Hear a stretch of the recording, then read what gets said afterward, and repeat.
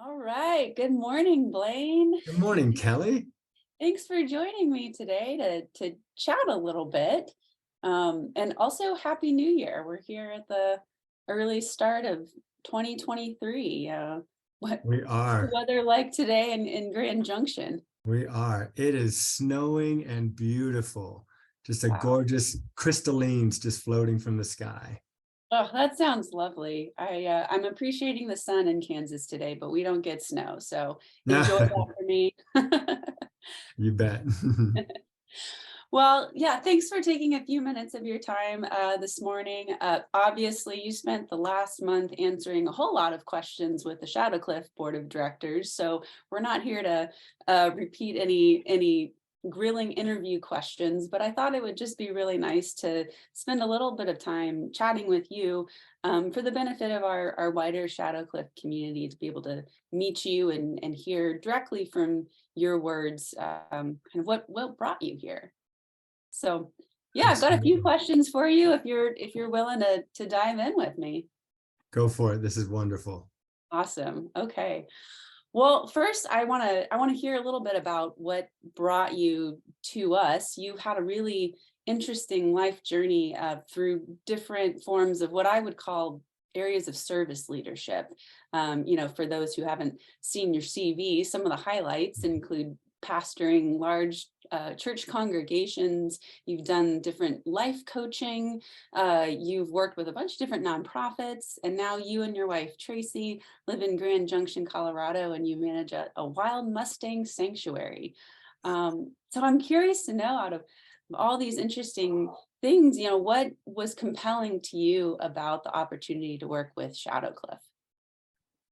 Great question. Kelly, you, as the board of directors, you and I have had the majority of conversation, and yet our visits with the board along the way as well started on the very first promotion I received by email, and that was the job description and cover letter from the board. And it said, our mission is very clearly stated. It's a mountain sanctuary that holds space for individual and collective transformation or formation and transformation in the process of that. And then it named being a steward of a mountain sanctuary. And I'm like, oh my goodness, that speaks to my soul and my heart of who I am in this season of life. And I'm really desiring to make a significant contribution to the greater world. My wife and I, as you mentioned, at the Mustang Sanctuary, make a difference in the cause of the animals. I want to make a difference also in the cause of humanity coming together in our polarized world. And this is a great opportunity to do that. You know, Awesome. the sanctuary part really caught me too, because I live on a sanctuary, and a Shadowcliff being a sanctuary, and the definition of that is a refuge. It's a safe space, a refuge for people to be and belong to, and eventually become as they grow, because the values of Shadowcliff align with my personal and professional values as well.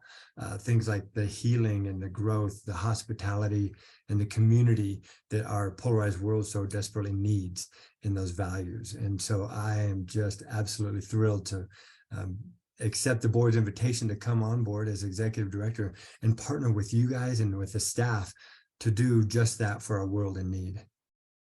Awesome. Thank you, Blaine. So I believe you actually became aware of the ED opportunity with us initially through a connection with our recently recent director, Kathy Baldwin. But I also learned that you have actually visited Shadowcliff in a totally different context many years ago. I wonder if you would mind sharing a little bit more about those interesting connections. Right. Growing up in Cheyenne, Wyoming, I chose to go to Kansas City to St. Paul's School of Theology for my master's work. And excuse me, while in Kansas City, made those connections and met Tracy in Kansas City, met Kathy in Kansas City way back when. And extraordinarily, while I was in Kansas City, I had the opportunity to come out to Shadowcliff to be the spiritual coordinator or director of an HIV AIDS retreat in early to mid 90s. And then I also got to officiate a wedding a couple of years later on the point. And wow, that was such a powerful spiritual experience for me. I hope the couple got it out of it too. But that scenery and the power of the granite and the trees and the flowing river, oh my goodness, just very wonderful. So that was a neat connection to make with Shadowcliff directly. And then in our dialogue with Sue as one of the board members and the board, I learned that Warren and Pat serve the United Methodist denomination through the Kansas East Conference in addition to other places. And I also was ordained a deacon in the Kansas East Conference and served out there for a little while. So the deep roots and the connections are, wow, it reminds me of one of our Colorado aspen groves that just have all those deep roots intertwined together. Individually, you know, we're separate lives, and yet underneath it all, we're deeply, intimately connected. And that's so meaningful. Oh, that's really well put. Yeah. And actually segues very nicely into my next question, because I was going to note that even in the short time that we've been working together so far, I think I've called out several times how much I appreciate that you have really apt metaphors for different things. So your aspen metaphor was right on point. Um, but truly, I do appreciate the ways that you're able to speak to so many varied topics and situations that we've already been discussing. And I have noted that I think you're especially good at the horse metaphors for obvious reasons with the Mustang sanctuary. And I'm curious to ask a little bit more about your work with the horses. That's clearly something that you and Tracy are passionate about. I'm curious to know, are there lessons that the work with wild horses have taught you about community or about leadership that you might find applicable to your work with Shadowcliff? Yeah,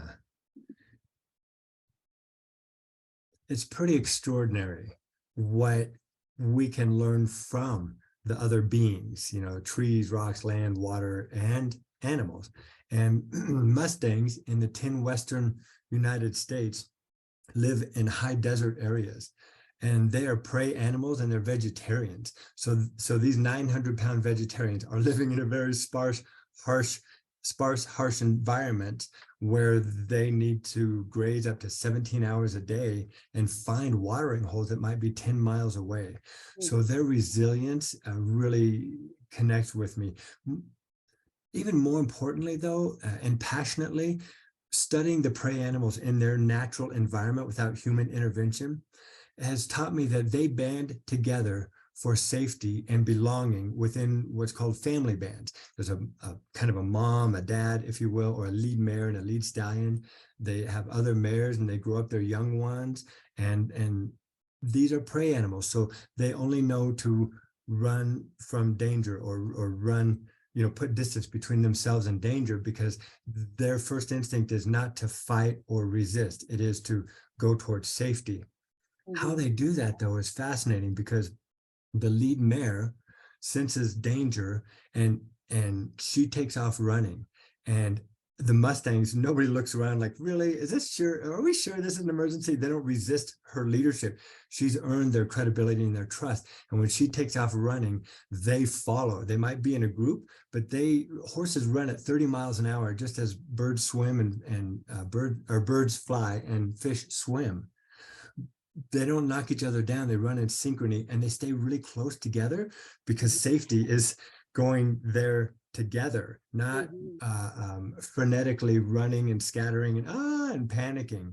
And so by going together toward safety, and I say that intentionally, lead mares, they don't run from danger like helter skelter. They are leading their family toward safety in order to put distance between her family and the danger.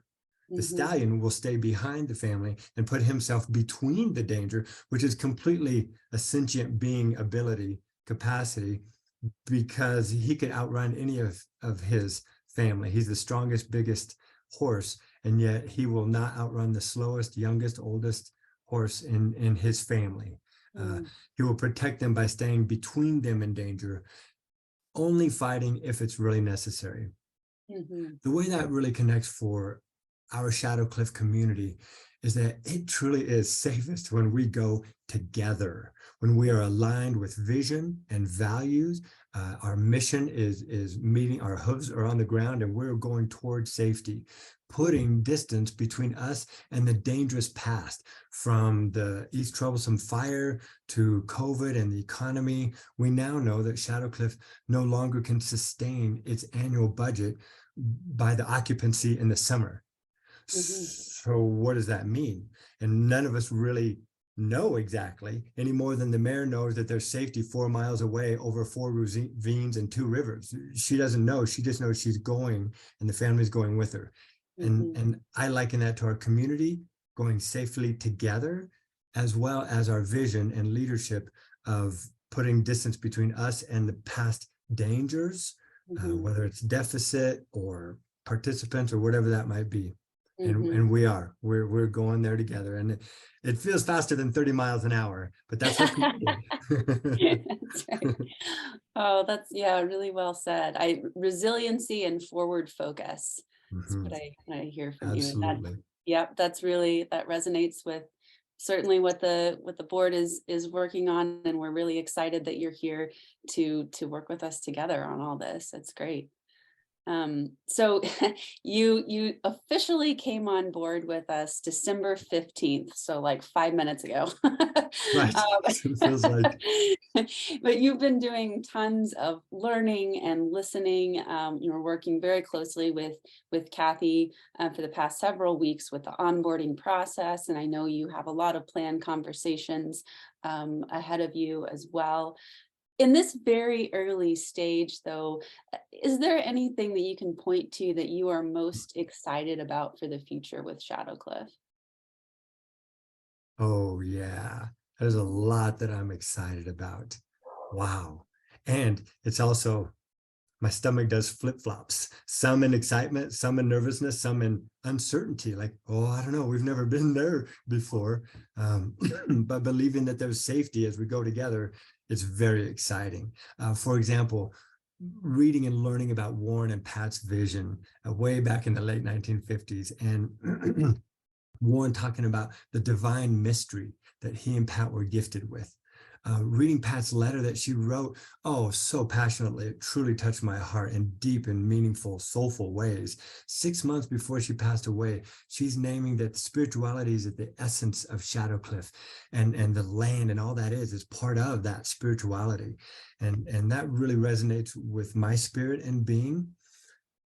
That's the past that built a bridge to who Shadowcliff is now. What really excites me, though, is who we're becoming as we expand into shadowcliffing. That's, I don't know if that's a new word or not, but that's my word. We're going to be shadowcliffing with an ever expanding community without losing the essence of who we are.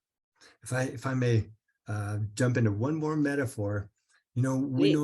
that the north inlet river or stream Mhm. flows through that area, and it's life-giving water from the snowpack melt, and so many animals and living beings all across the West are nurtured by that water. Mhm. However, that water has to take many different forms to serve the needs of all those beings. So of course it's water flowing. It also, though, becomes ice for those of us who need it, or the frozen pond, the frozen lake in the wintertime that's necessary ecologically for all, both under the water and around the water, and ice is needed. And there are times when, on a cold winter day like today, I want to take a hot, steamy shower, and that steam and breathing it really helps my lungs and feel better. And so water changes forms. However, importantly, just as Shadowcliff will do, it never loses its essence. Mm. The essence, the chemical compounds and essence of H2O remain intact. And yet water takes different forms to serve the living beings of all of creation. Shadowcliff will take on new forms. I don't exactly know what those are yet. And that's some of the stomach flip-flops. And yet together, we're going to nurture life ecologically, spiritually, in our human species.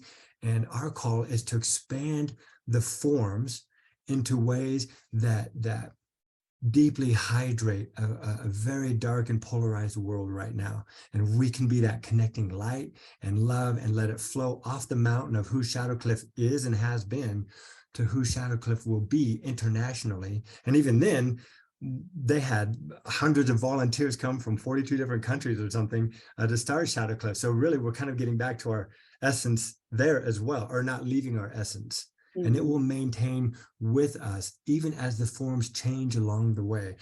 That is so exciting because I don't even know what that's going to look like. And yet it's there waiting for us to go there together. Awesome. That's so great. I get goosebumps hearing you talk about that too. That's exactly, you know, you're mimicking the energy that I and so many others have for Shadowcliff, and it's just a wonderful thing to hear that Mhm, coming from you. So thank you. And you get mhm. an A+ for me on ecological metaphors today, which is great. I'm a big fan. Nature is so wonderful, and our world is so metropolitan, and that's not a judgment. It just is. And so to engage with nature in our very practical everyday conversations helps us remember that we are growing living beings. We're not made, we're not mechanical, we're not built. We are created, we grow, we evolve, we learn. So thank you. Yeah. And you're Yes. right, there's great energy on the board and the members of the nature metaphors that serve us well, our individual well-being, our community well-being that are already shadow cliffing together, and the shadow cliffers that have yet to feel and experience the new form. Yeah. Yes, yes. Well, I know there's lots of other folks in our wider Shadowcliff community that are going to be eager to meet you, and we're excited to have Mhm. you out. You know, once we open up for the season and in May, since it's been, Right, you know, a minute since you've been up there. right. Just a couple decades, but yeah, we're excited for that. But in the meantime, if there are folks from our community who would like to reach out to you and connect, is there a good way for them to do that? Absolutely, you bet. The director at shadowcliff.org is a wonderful way to reach out to me via email. I'm on that. This is a part-time executive director role to start with, and yet the email, as for most of us, is pretty prolific in our lives. And so it doesn't take long to connect with people and then set up a conversation either by phone or on video call as well. And we'd love to hear from people. Awesome. Great. Well, thank you again so much for your time today, Blaine. And we are just so excited to have you on board and look forward to getting to know you better and working together with you on the future of Shadowcliff. Well, Kelly, if working with you so far is any indication as to where we're going and how we're going to get there, it's fabulous. It's a win-win all over the place. And I really appreciate the opportunity from the board to be able to serve and contribute to the Shadowcliff vision. Thank you, Blaine. Have a great rest of your day. Thank you, Kelly. Take care.